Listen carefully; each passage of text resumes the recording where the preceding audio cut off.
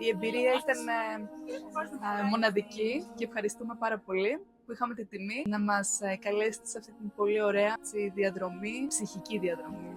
Έχουμε φτάσει στο χώρο που θα περπατήσουμε για να μας βοηθήσει στο άφημα. Να περάσουμε την πύλη.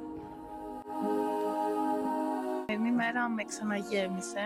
Μου έβγαλε τα εμπόδια που δεν έβλεπα, το φως και το θεϊκό σχέδιο πάνω μου. Είμαι ευγνώμων. Με ησυχία, θα κάνουμε διαλογισμό, θα κάνουμε προσευχή και μετά θα τους μοιράσουμε χαρτάκια ώστε να σημειώσουν που θέλουν να αφαιρέσουν από την ψυχή τους το πρόβλημά τους. Ήταν ένα πάρα πολύ ωραίο ταξίδι στον εσωτερικό μας κόσμο.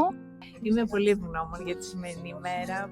Η κάθε κοπέλα ξεχωριστή. Η ευγνωμοσύνη είναι το λιγότερο που υπάρχει σαν λέξη στο λεξικό.